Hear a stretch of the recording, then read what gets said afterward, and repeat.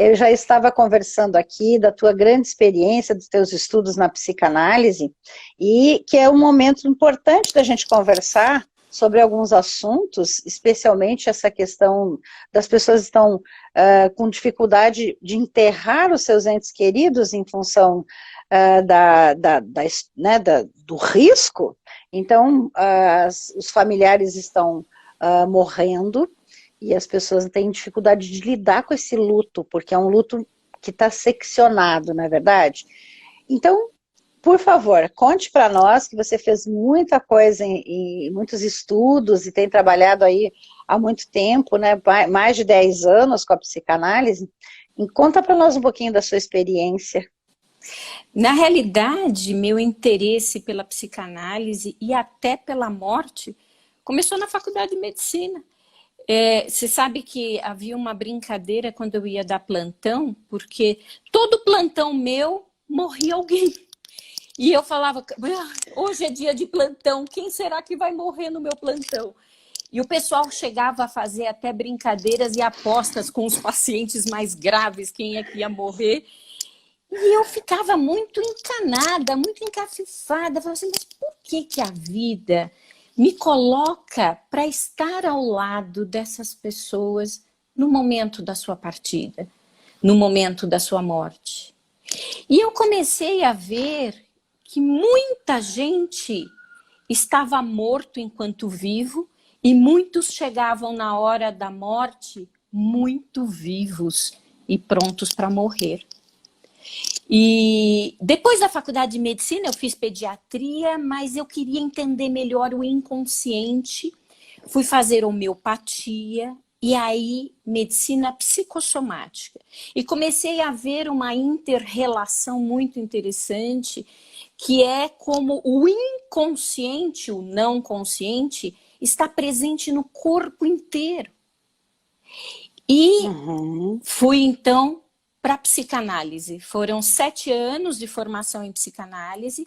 Fiz um primeiro ano estudando Donald Winnicott. Winnicott foi um pediatra psicanalista que viveu sua vida profissional durante a Segunda Guerra Mundial e trabalhou com crianças evacuadas de Londres na Segunda Guerra, quando as famílias colocavam as crianças nos trens praticamente sozinhas para irem para o interior da Inglaterra para encontrar parentes, e muitas dessas crianças nunca mais viram seus pais ou encontraram quaisquer parentes. E o Winnicott tem um trabalho lindo, lindo, que foi desenvolvido ao longo do tempo sobre o luto que essas crianças carregavam a vida inteira, esses seres humanos carregavam a vida inteira.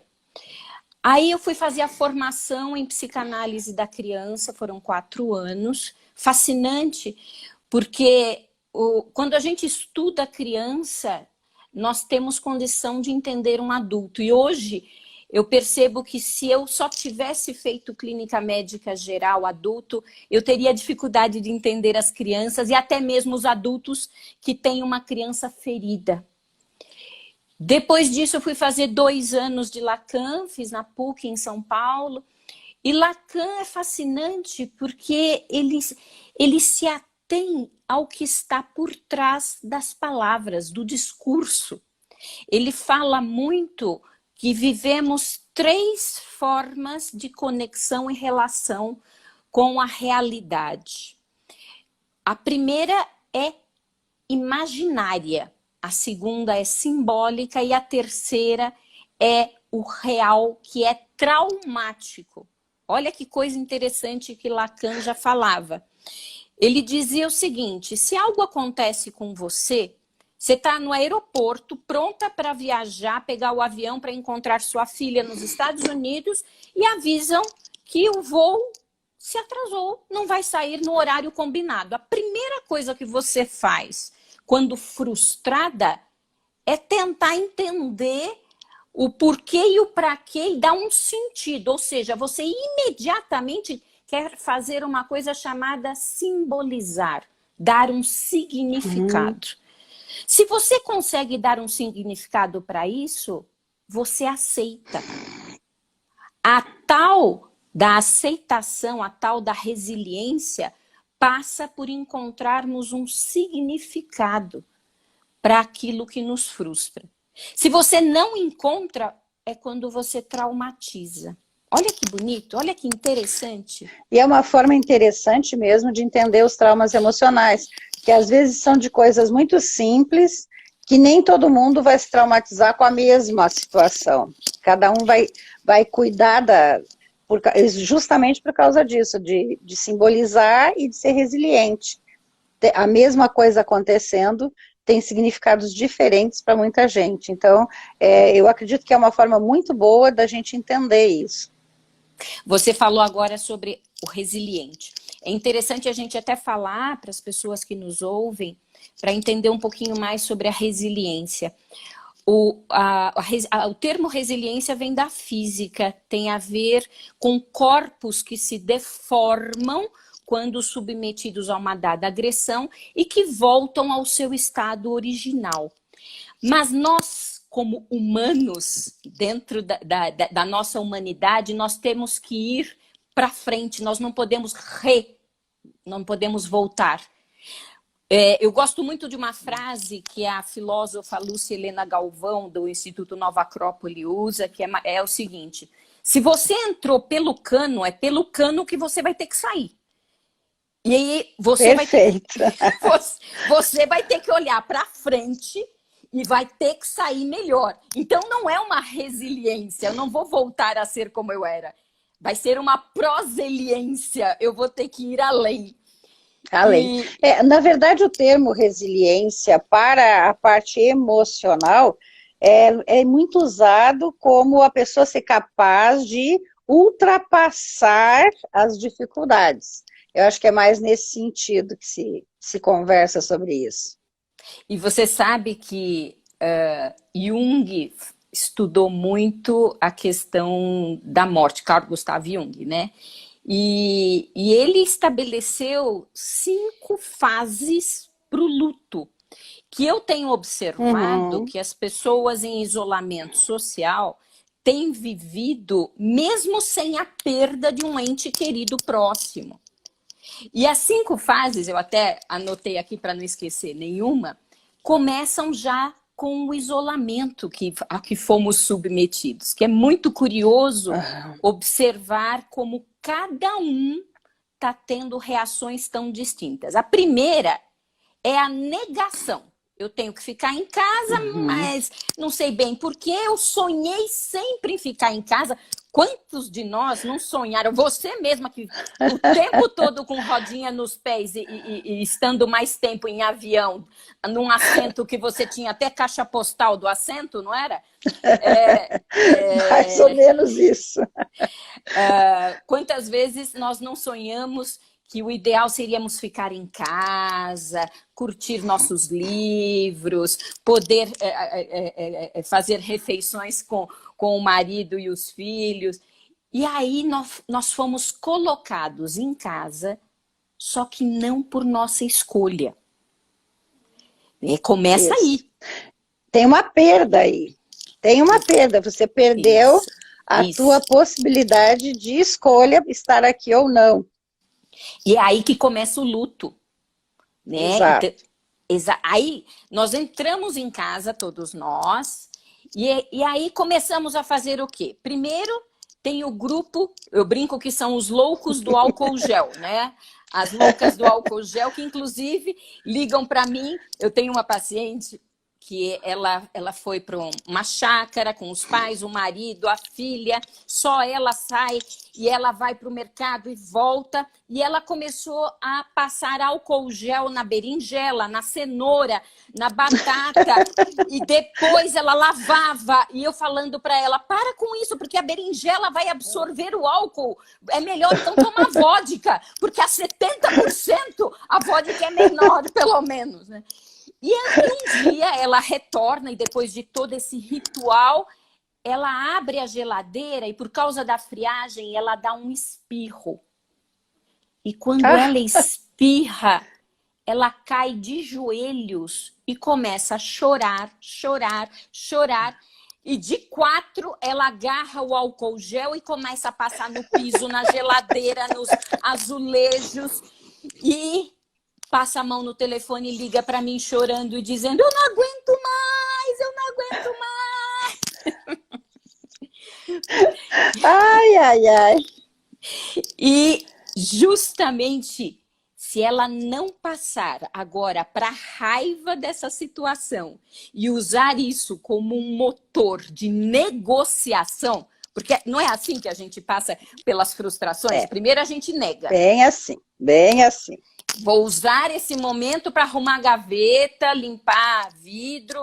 Ai, estava cansada de ter funcionária aqui em casa, vou cuidar da minha casa sozinha. Começa assim, né? Ou então vou dormir, daí vão para a cama dormir, dorme o dia inteiro. E você sabe que mesmo aqueles que optaram por estar absolutamente sozinhos, os que vivem sozinhos, eles começam o isolamento social também assim. Ah, ótimo, não sou mais obrigado a ir à festa que eu não quero, não sou mais obrigado a Isso, responder para quem eu não quero. Bem, vou ficar em casa. E passado um isso. período, o que que acontece? Eu sou obrigada a ficar mais tempo comigo, que eu não tenho intimidade. É. Nem conhecimento, né? As pessoas não olham para si, não se conhecem. E você sabe que uma coisa muito frequente que nós fazemos e nós não nos damos conta é que no dia a dia nós temos muito medo de ficar com a gente. Porque a gente chega em casa, pode observar, a gente liga a TV ou o computador, ou a Uhum. música, ou o rádio, ou fica no celular ouvindo um vídeo do YouTube interessante, mas nós temos muita dificuldade de silenciar. Uhum. E como é que nós vamos poder entrar em contato com a gente, com a nossa dor? Porque é uma dor, como você bem falou. O luto começou, meu filho mais novo entrou em direito.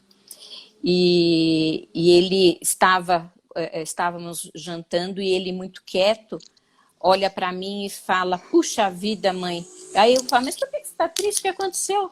Ele falou: eu estou perdendo todas as festas da faculdade. E, e aí nós entramos nessa sensação de que estamos perdendo. É. E perdendo o quê, Rosângela? Aí vem mais. Alguns entram em depressão. Pela Sim, muito. dificuldade. Muito comum, muito comum. E pela Tem o fala. momento do pânico, pelo Isso. medo, mas tem o momento da depressão, do tipo, chega, não aguento mais, não quero mais isso, não me aguento mais, é bem por aí. Não, o não me aguento mais tem sido muito frequente, Muito muito frequente. frequente, né? Né? E você sabe que nós, no dia a dia, nós somos muito conduzidos pelas cobranças que nos são feitas pelo chefe, pela necessidade de irmos ao mercado, irmos na farmácia, irmos na lavanderia, e a gente não percebe que a gente só está fora, né? A gente não está dentro. E o isolamento Isso, social fala de um isolamento mental, emocional. sim, Tá? sim. E isso é muito novo e muito Uhum. transformador. Muito É, transformador. eu acho que as pessoas não estavam preparadas para esse tipo de atividade, né? Que é o olhar para si mesmo, o estar consigo mesmo, mesmo em família, né? Olha aí o quanto que aumentou a agressividade doméstica. Hoje alguém me mandou, porque eu não fico olhando, mas alguém me mandou dizendo que aconteceu muito isso, né? De aumentar a parte até de polícia, né? A nível de Sim, polícia, sim. aumentou a violência doméstica. E isso tem a ver justamente com a dificuldade das pessoas se relacionarem entre si e consigo mesmos. Porque uma pessoa que é tranquila consigo mesma, ela também escolhe o parceiro melhor, ela não vai escolher um parceiro agressivo. Você sabe que começa com a falta de privacidade, que há uma queixa. Eu perdi minha privacidade. As pessoas não tinham adquirido em suas vidas o hábito de terem um momento para si, né? Eu estava atendendo em teleconsulta há uns 10 dias atrás a uma criança de 6 anos. Eu estava conversando com a mãe como estou com você. Nisso eu vi a menina para lá e para cá e estávamos falando da menina. Nisso ela parou, olhou para a mãe, eu mal a via e disse para a mãe: mãe, por que o papai bateu em você ontem? E aí eu olhei, ela olhou para a filha, olhou para mim. Aí eu falei: vamos fazer o seguinte, peça para ela dar um pulinho para falar com a... tinha uma funcionária que estava lá na casa, conversar, para a gente poder conversar um pouquinho. E aí eu perguntei para ela, falei: você nunca tinha me falado que você vive isso? Há quanto tempo você vive essa situação? Ela falou: eu sou casada há 8 anos, mas vivo isso há 14. Eu falei: como? Ela falou: eu namorei 6 anos. Eu falei: mas você já apanhava antes de casar? E você vê que dificuldade, que dificuldade. Você sabe que Jung falava: o que não enfrentamos em nós mesmos, encontraremos como destino. Oh, é isso aí. É isso aí. Olha que coisa séria. Se eu não, é muito grave. Não é? Eu não tenho uma constituição de sujeito que me permita pôr limites para o outro e para mim. Porque eu estou permitindo, exato, sabe, essa invasão de limites. E o isolamento social como um todo está nos levando a perder, sabe, a privacidade a ponto de permitirmos que essa situação se perpetue, porque muitas pessoas acham, inclusive, que merecem. Você vê que a questão, sim, Rosângela, é terrível, a perda, né? completa da autoestima, né? Perda completa. Você sabe que é muito sério, muito sério. Nós tivemos um caso grave aqui em São Paulo, num condomínio de luxo, que é Alphaville, em Barueri, onde a mulher chamou a polícia. E o policial, porque estava apanhando, ela se trancou no banheiro e chamou, o policial chegou, o homem, o marido, começou a afrontar o policial e xingar o policial, inclusive dizendo que o policial ganhava menos que ele, ou seja, uma pessoa realmente com problemas, muito comprometido. E ele foi preso por desacato à autoridade, a mulher retirou a queixa. A queixa, isso é o mais comum. Ou seja, ela vai voltar a apanhar, né? Com certeza, nós sabemos disso e isso se intensifica à medida que as pessoas estão juntas. Mas você percebe que situações como essa, que chegam a um limite desse, é como se nos confrontassem com a nossa pequenez. Né? Assim, eu vou ter que entrar em contato com as escolhas que eu estou fazendo que não me servem. Que eu fico, que é muito fácil a gente, fora do isolamento, ir empurrando com a barriga, né? Sim. Sim, as atividades, né, o sair de casa, as outras coisas, não fazem a pessoa parar e pensar nessas situações, né? Isso é muito, muito complicado mesmo. Exatamente. Agora as pessoas têm que aprender a lidar com isso, e eu vejo que este momento também é um momento revelador, e fazendo com que as pessoas tenham que confrontar isso. E a gente tem que ajudar. Eu tenho ajudado muito no sentido de consultorias que eu faço, né? Agora eu vou mudar de nome, aprendi o nome mentoria, achei mais chique. Eu acho que é mais bonito. Mas, na verdade a gente tem passado muito para os profissionais da área de saúde, e até outros profissionais que procuram orientação, e eu tenho colocado muito a questão da importância de cuidar do teu ambiente como um todo. Não apenas a água que você bebe ou a comida que você come, mas também isso. As pessoas que estão na tua volta, mesmo pessoas da família. A gente tem famílias que, como é que a gente diz, né? Que por um acidente foi cair naquela família. O pessoal fala muito isso. Mas não existe acidente, né? Existe um padrão de energia que vai levando as pessoas da família a, inclusive, as pessoas podem chegar numa família para salvar essa família, como a gente vê, né? E também ver o contrário. Seja a pessoa que vai detonar mesmo e revelar o que acontece naquela família, que é o caso quando a gente vê pessoas que têm doenças psíquicas mesmo, né? Sim. Como é comum a gente ver, por exemplo, a esquizofrenia, é como se tudo que está errado emocionalmente na família cai na mesma pessoa, né? Então isso é muito comum. E frequentemente, quando existe um filho que adoece numa doença nesse nível, a família se desmantela, né? Não consegue se manter. Então eu vejo que esse momento da gente ficar em casa deu muito ênfase para tudo isso, que a gente já vinha trabalhando, mas num momento mais misturado com outra coisa. E agora, ou a pessoa está numa situação de risco de vida, ou ela está numa situação emocional complicada. Então, é muito importante a gente poder falar que nós temos como ajudar, porque eu me preocupo muito com as pessoas olharem só para o lado do problema. A gente tem que olhar o lado da solução. Você também trabalha com os florais quânticos, e eu vejo que os florais podem ajudar muito a harmonizar esses processos todos, criar uma energização adequada para que a pessoa consiga se dar conta. Mas não é suficiente isso, né? Mas você sabe que você está falando uma coisa?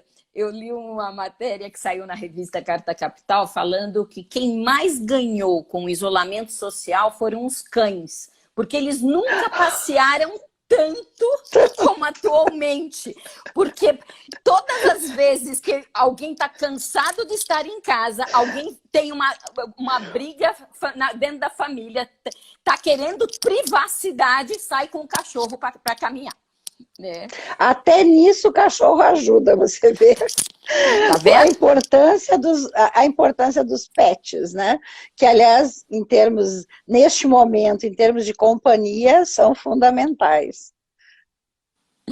Não, é muito bom mesmo. Você sabe que nós estávamos falando com relação a como eu vivencio a psicanálise. No consultório hoje eu tenho poucos pacientes em psicanálise porque eu uso a psicanálise dentro da consulta. Hoje eu tenho muito mais realmente atendido como médica, apesar de que quando eu fiz o curso de psicanálise eu cheguei a ouvir de uma professora: eu só vou te dar o título se você prometer largar a medicina. Eu cheguei a ouvir isso. Você vai ter que escolher entre ser médica e ser psicanalista. Eu ouvi isso de uma professora. E eu fiz aquela cara de paisagem, né? Assim, lógico. E porque eu sempre acreditei. Né? Exatamente, porque eu sempre acreditei em somar conhecimento e não subtrair, né? Com certeza. Não tem como. Inclusive, você falou dos frequenciais quânticos, um dos mais utilizados por mim atualmente, que eu tenho inclusive solicitado que seja colocado na caixa d'água, é o Traumavit, que é a frequência do rubídio, que é justamente para mágoas e ressentimentos, porque muitas mágoas e ressentimentos se reavivaram, né? Se evidenciaram, não que não existissem, mas se evidenciaram, né? Você veja, tem uma ouvinte nossa que está dizendo assim: tem pessoas que vivem opressões que doem mais do que surra, não é mesmo? Dói muito. Sim. Com certeza, com certeza. A questão aqui ela chamou de opressão, mas na verdade a gente pode até chamar de um aviltamento emocional. Ele é muito pior do que algo físico. Muito mesmo. Porque nós temos condição de lidar com o tapa na cara melhor do que com a diminuição, o constrangimento, a desvalorização do outro. Isso é muito sério. E a gente vê que os homens... A gente também... Eu já tive pacientes o contrário, que a mulher era a que batia no marido. Sim. Existe. Menos, mas existe. Mas essas pessoas que são muito agressivas, elas são agressivas porque o outro permite que sejam, começa por aí, né?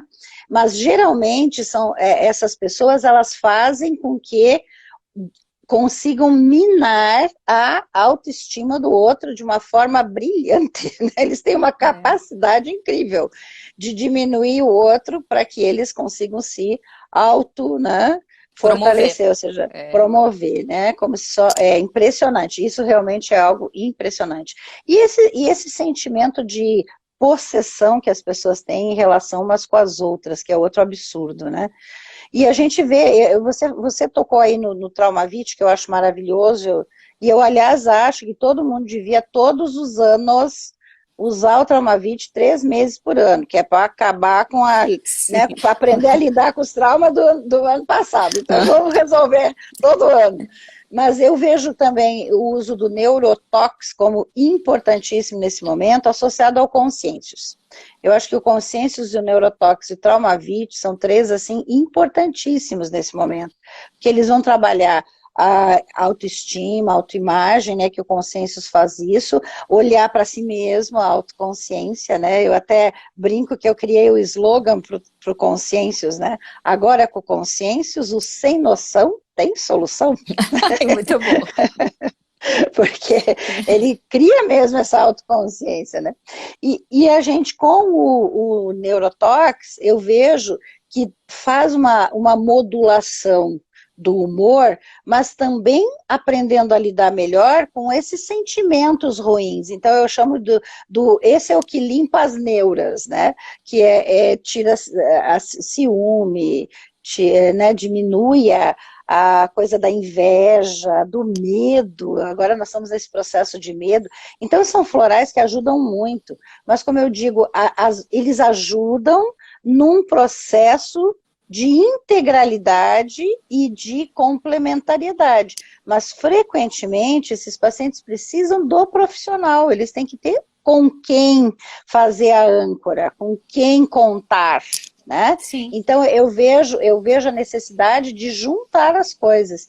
E essa facilidade que a tecnologia nos deu, né, de fazer a consulta online, permite isso, porque mesmo que você não esteja junto com o paciente ali na mesma sala, no momento que você está em contato, mesmo nesse nosso contato aqui, você é em São Paulo, eu aqui no Paraná, a gente está junto nesse momento. Existe esse entrelaçamento, né, que eu acho fundamental e que vai ajudar muito as pessoas. Mas as pessoas precisam acordar e se dar conta que elas precisam de ajuda.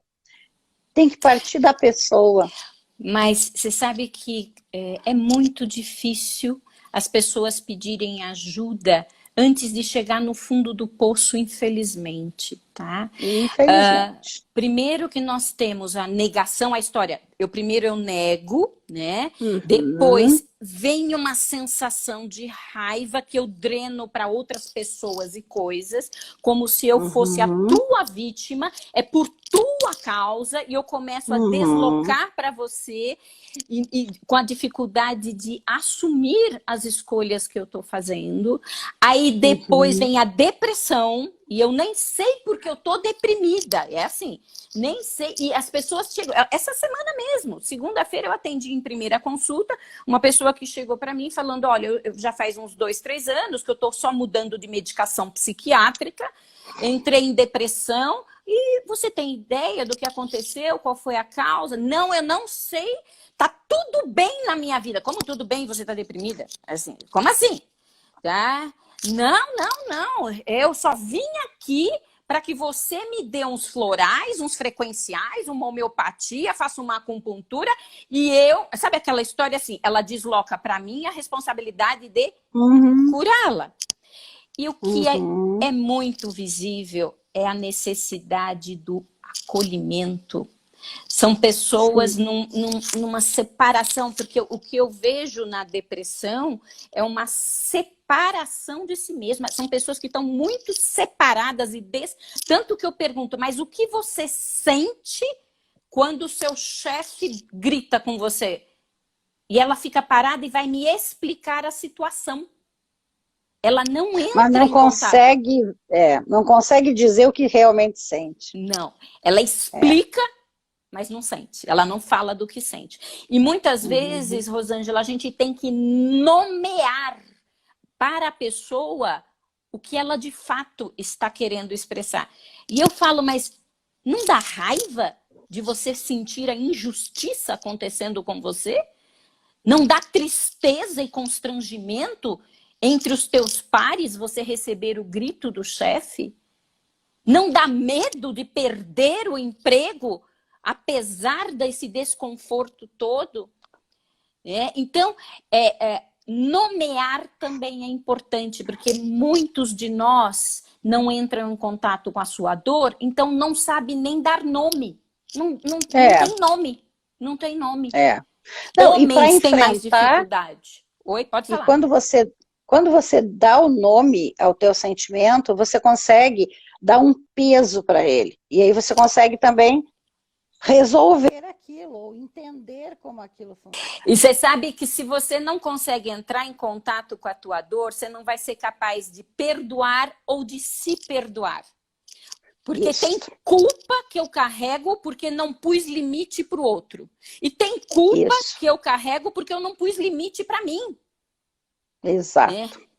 E você sabe que se eu não perdoo e não aceito, eu vou entrar num outro estágio que é o da vingança.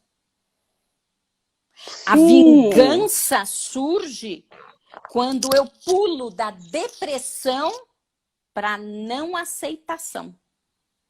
E aí eu começo a querer me vingar do outro, porque foi o uhum, outro que fez eu estar assim. Quando são sim, escolhas diárias. é. E já é deslocar mesmo, né, a culpa para o outro.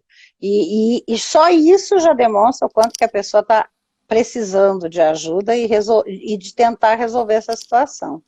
Isso é impressionante mesmo. Mas as cinco questões do luto, nós estávamos lá. A primeira é a negação. Isso. A segunda é a raiva. Então, vamos lá. A negação vem com muita ansiedade, viu? E o que é a ansiedade? Ela vem ou com ansiedade ou com angústia. Vamos tentar entender esses dois processos. A palavra angústia vem do Angst, do alemão, que significa opressão, aperto. Ela está muito ligada Uhum, ao passado. Eu tenho angústia ligada à culpa, ligada a situações do passado. Culpa porque eu não fiz o suficiente, culpa porque não uhum, fui boa o bastante, culpa porque fiz demais e não fui valorizada e uhum, reconhecida. Tá? uhum, Aí vem o quê? uhum, Depois da negação vem a raiva. Tá? A raiva é diferente. A raiva, ela pode vir de uma forma que vai me levar a uma barganha, a uma negociação.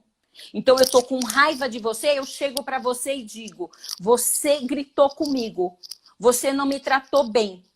Por quê? Vamos conversar, pisou no meu pé, doeu. E eu tento entrar de alguma forma numa negociação. Eu estou usando o quê? A minha raiva como força motriz, como força motora uhum, para me colocar, uhum, para poder conversar. Inclusive, sem raiva, uhum. você não mastiga sólidos.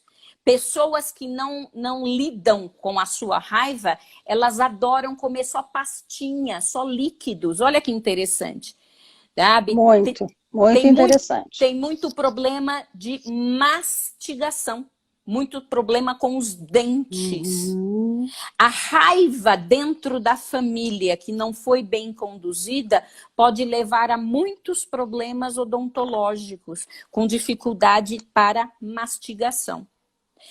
E uhum. aí a raiva pode me levar a uma negociação com você, eu aceito ou não a situação e eu posso evoluir para uma depressão ou não, mas faz parte do luto.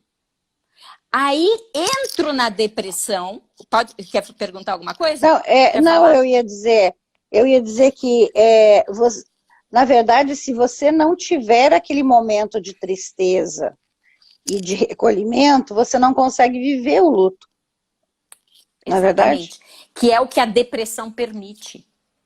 A depressão, você sabe que é uma coisa muito curiosa. Nós vivemos hoje, você sabe que o Brasil é, em números, o país que é au concurso, está à frente de todos em população com ansiedade. Sim. Nós somos campeões de ansiedade Campeões no planeta. em ansiedade. Tá? Então você imagina como é que está a nossa suprarrenal, né? Como é que está o nosso cortisol.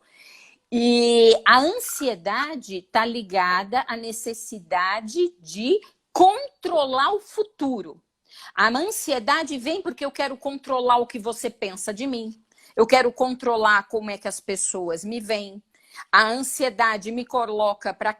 Eu brinco muito no consultório, meus pacientes sabem disso, que eu falo que a ansiedade ela é proporcional ao quanto eu acredito que Deus tirou férias e deixou a ela como secretária. Então, se eu acredito que Deus agora está em quarentena e eu sou a secretária de Deus, eu vou querer controlar o futuro pensando só em desgraça que vai acontecer.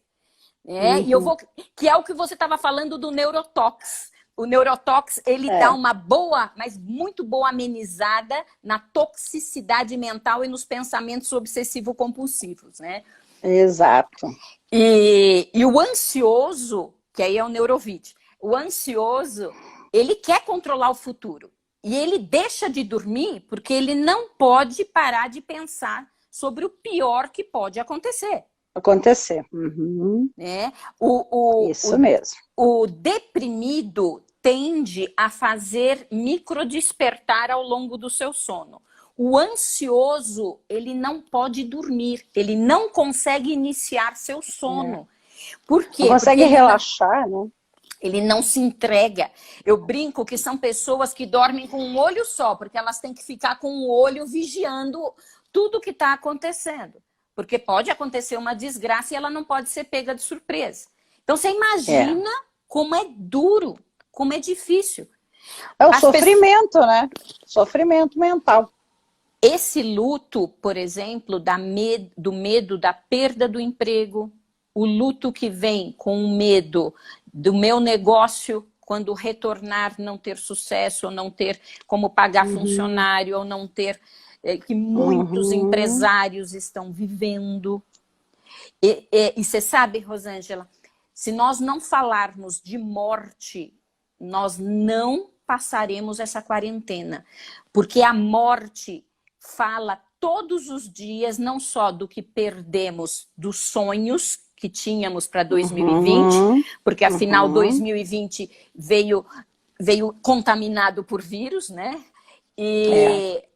Mas fala também de que sem a morte a gente não renasce. Morte é final de ciclo. Eu só vou poder me refazer quando eu for capaz de falar sobre morte. E você já viu como a gente tem dificuldade de falar sobre morte, até com quem está morrendo? Aliás, quem está morrendo quer falar sobre morte, ninguém na volta dele permite. Isso, perfeito, perfeito. E você sabe que eu fui entender, porque os pacientes morriam comigo no internato e na residência, quando eu fui capaz de entender isso exatamente que você está falando, tá? Eu nunca me esqueço, eu estava no primeiro ano de residência em pediatria, era domingo, dia das mães, eu estava dando plantão no pronto-socorro, e estava de plantão, estava tomando soro uma criança de 12 anos, a Isabela, com leucemia, que já tinha feito transplante, já tinha feito químio, já tinha feito vários tratamentos. E a mãe estava do lado dela, já era de madrugada, estava se iniciando o Dia das Mães, e a mãe olha para mim e diz assim: doutora, eu vou dar um pulinho para tomar um café com leite na padaria e já volto. Eu falei: tudo bem, fica tranquila que nós estamos por aqui, estamos de plantão. E eu passei, olhei e falei: tudo bem aí, Isabela? Ela olhou para mim com uma carinha safada, sabe? Aí falou assim: tia, vem cá. Falei: oi, eu vou embora. Eu falei: embora? Mas eu não vou te dar alta agora. Você ainda tem mais medicação para tomar. você está com uma infecção grande, nós estamos esperando liberar o leito para você subir para o andar, para eu te internar. Ela olhou para mim, Rosângela, falou, tia, eu vou embora. Mas eu sorri, pus a mão no braço dela, na mãozinha dela, falei, um dia todos nós vamos embora, Isabela. Pode ficar certa que nós vamos fazer a maior festa no céu.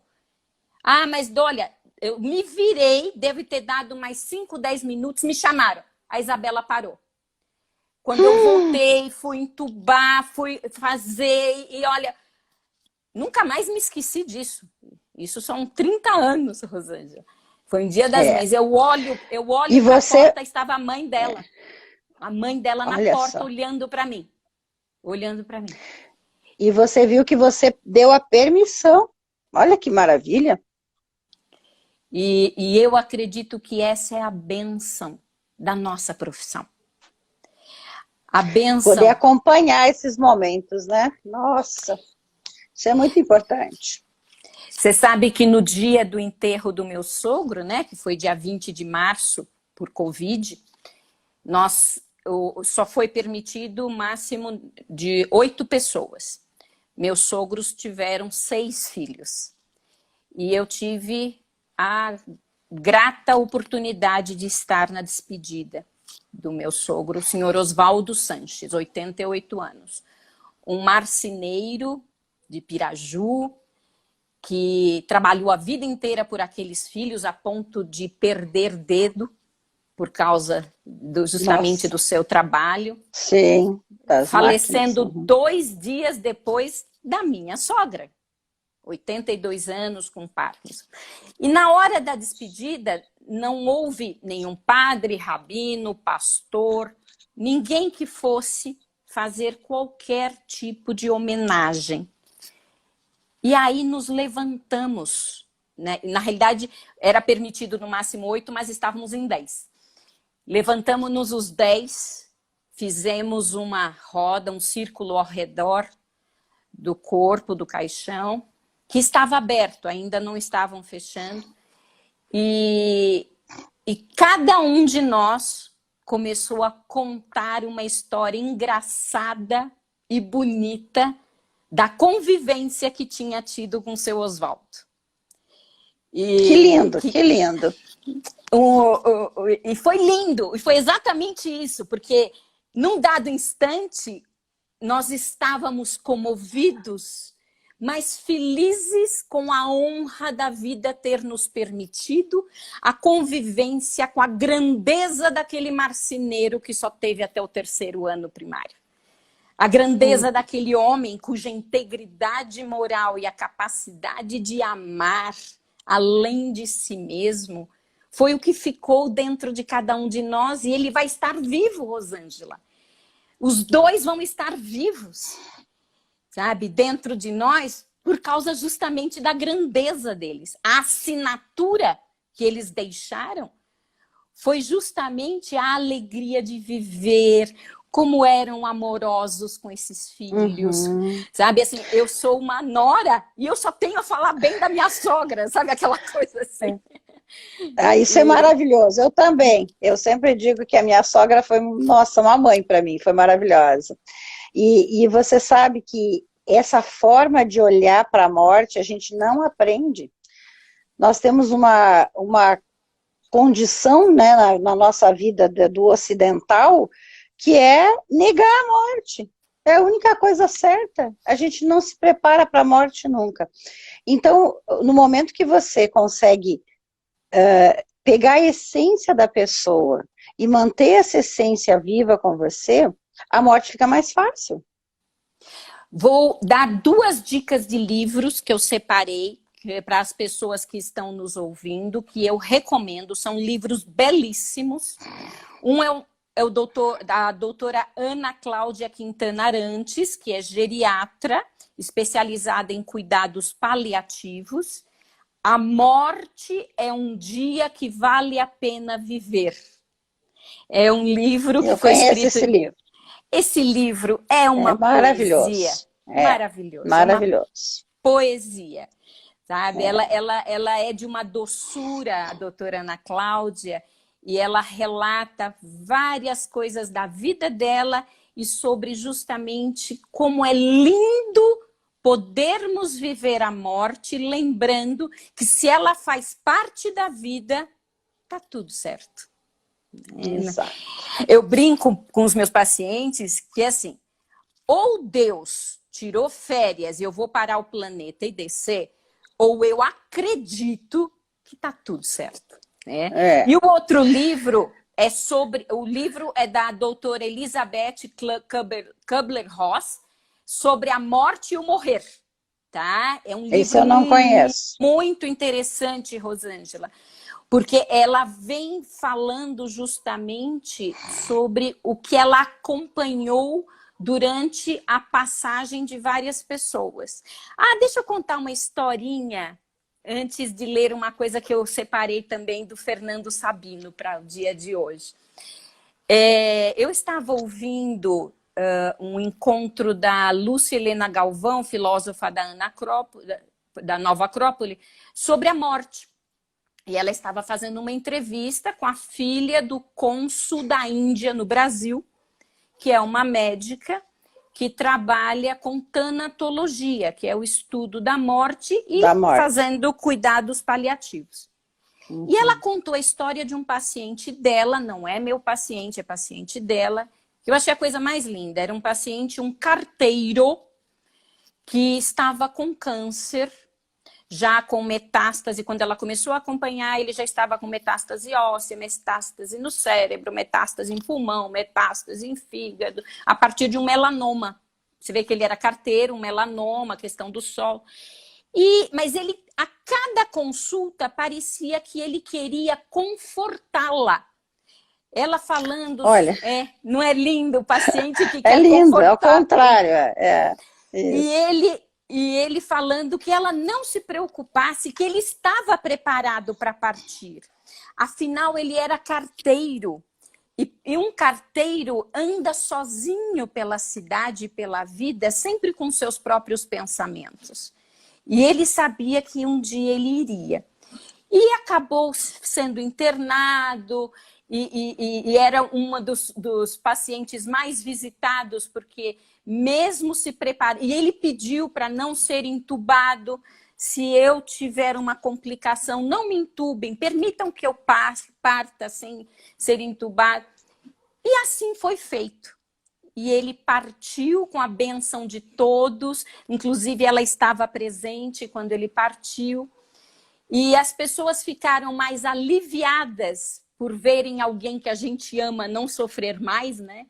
Porque muitas vezes a gente pede para aquela pessoa que a gente ama que Deus tenha misericórdia e o leve, porque a gente não aguenta mais vê-lo sofrer.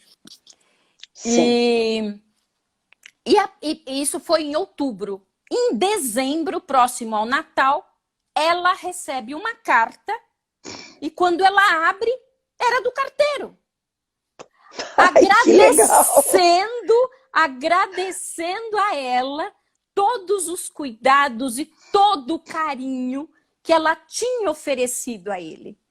E que onde quer que ele estivesse, naquele instante que ela lia a carta, os dois estariam juntos, unidos em pensamento. E aí ela liga. Até me emocionei, achei lindo isso. Foi a minha vez. Aí ela liga para a filha dele, dizendo: eu recebi uma carta do seu pai. Aí ela falou: eu também recebi, e a minha tia, a irmã dele, também recebeu. Ele arranjou tudo de forma que pudéssemos receber no Natal uma mensagem dele. E eu gostaria... Muito lindo.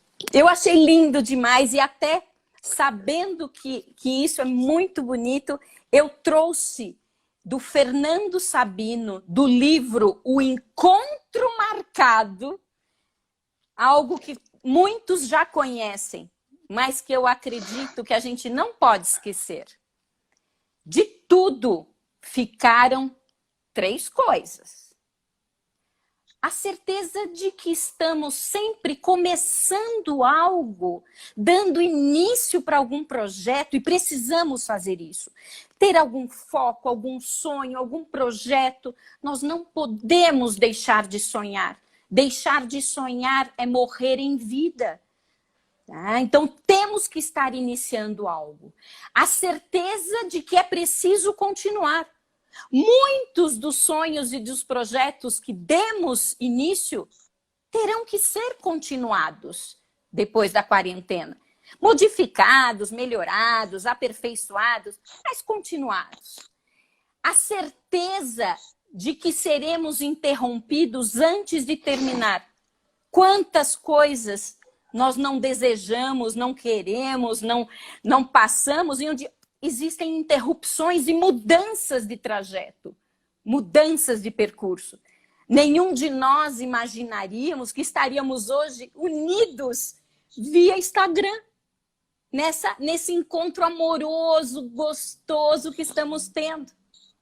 Então devemos fazer de cada interrupção um caminho novo. Fazer daquela queda um passo de dança. Do medo. Ai, o medo. Quanto a aprender com os nossos medos. Uma escada. Vamos superar, vamos passar, vamos ir além. Do sonho, a ponte. Não vamos deixar de sonhar. Vamos passar por meio do sonho. E da procura, um encontro. Nós não podemos deixar. É do Fernando Sabino, O Encontro Marcado.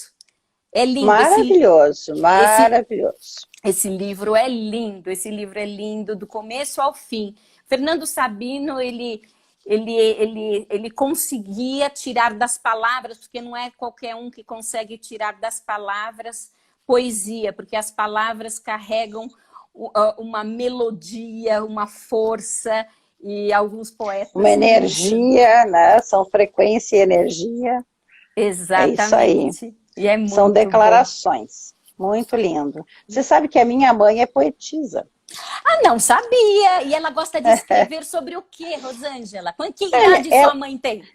Bom, hoje ela tem 85 anos, e ela sofreu um acidente no qual morreu meu pai, e ela ficou em coma um ano inteiro.